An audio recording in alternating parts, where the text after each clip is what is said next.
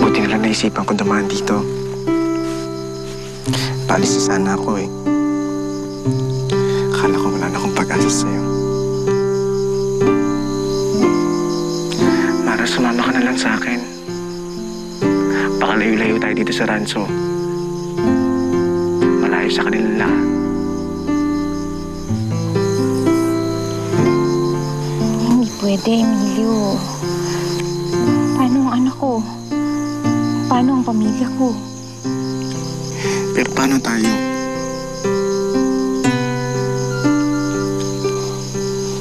Ay, naku, huwag muna natin isipin yan. Huwag na natin isipin yung mga yan. Ang importante tayo. Masaya ako sa'yo. Ang tagal ko na nagtitiis, Emilio. Ngayon, hindi ko na ipagkakait ang kaligayahang nararamdaman ko. Mahal na mahal kita. Mahal na mahal din kita.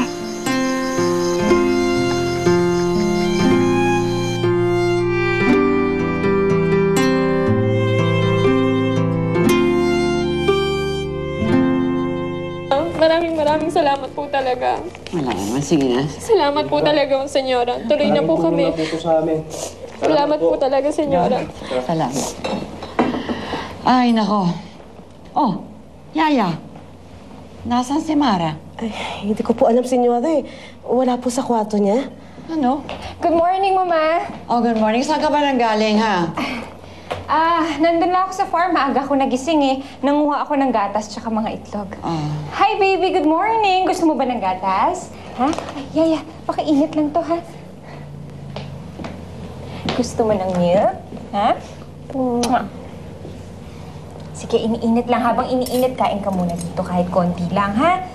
Ayaw ko niyan, Mami. Gusto ko milk. Sandali lang. Antayin natin si Yaya. Antayin natin si Yaya. Pagkarating nun, Gusto ko sige. nga ng milk eh. Konti lang.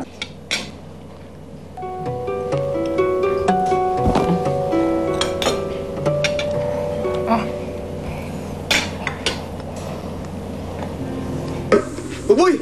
Kala umalis ka na kagabi. Buboy. Buboy, mahal ka pa rin si Mara. Alam mo, pumunta ako ang gabi dun sa gubat para sa huling pagkakataon. Alam mo kung ano nakita ko? Nakita ko si Mara doon. At nagkausap kami.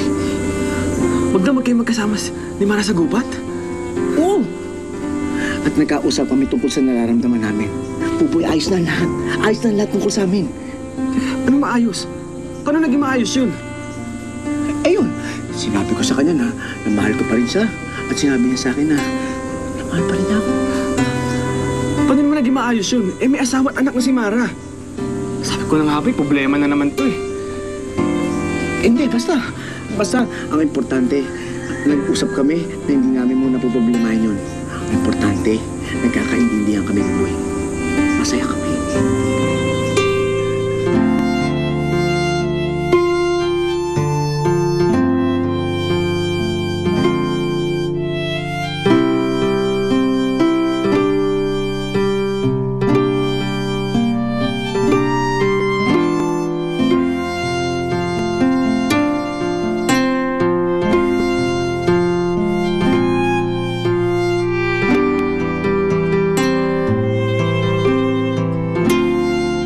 Roman, matagal ka na dyan. Kailan ka ba uwi? May isang problema rito, Mama. Pauwi na rin ako. Mabuti naman. Hinahanap ka na ni Louie. Si Mara. Nasa rancho. Alam mo ba na mula nang umalis ka, doon na niya itinuon ang atensyon niya. Ako naman natutuwa ako dahil parang nagkakaroon na siya ng interest sa farm at sa rancho. At mukhang maganda yung simoy ng hangin para sa kanya doon sa rancho. Lalong gumaganda ang kanyang disposisyon. Lagi siyang masaya. Sigurado ba kayo na wala na ibang pinagkakabalahan si Mara bukod sa rancho? Oo naman. Sino naman ang pagkakabalahan niya doon? Yung mga manok, mga baka, at saka yung mga kabayo. Wala, masaya lang siya.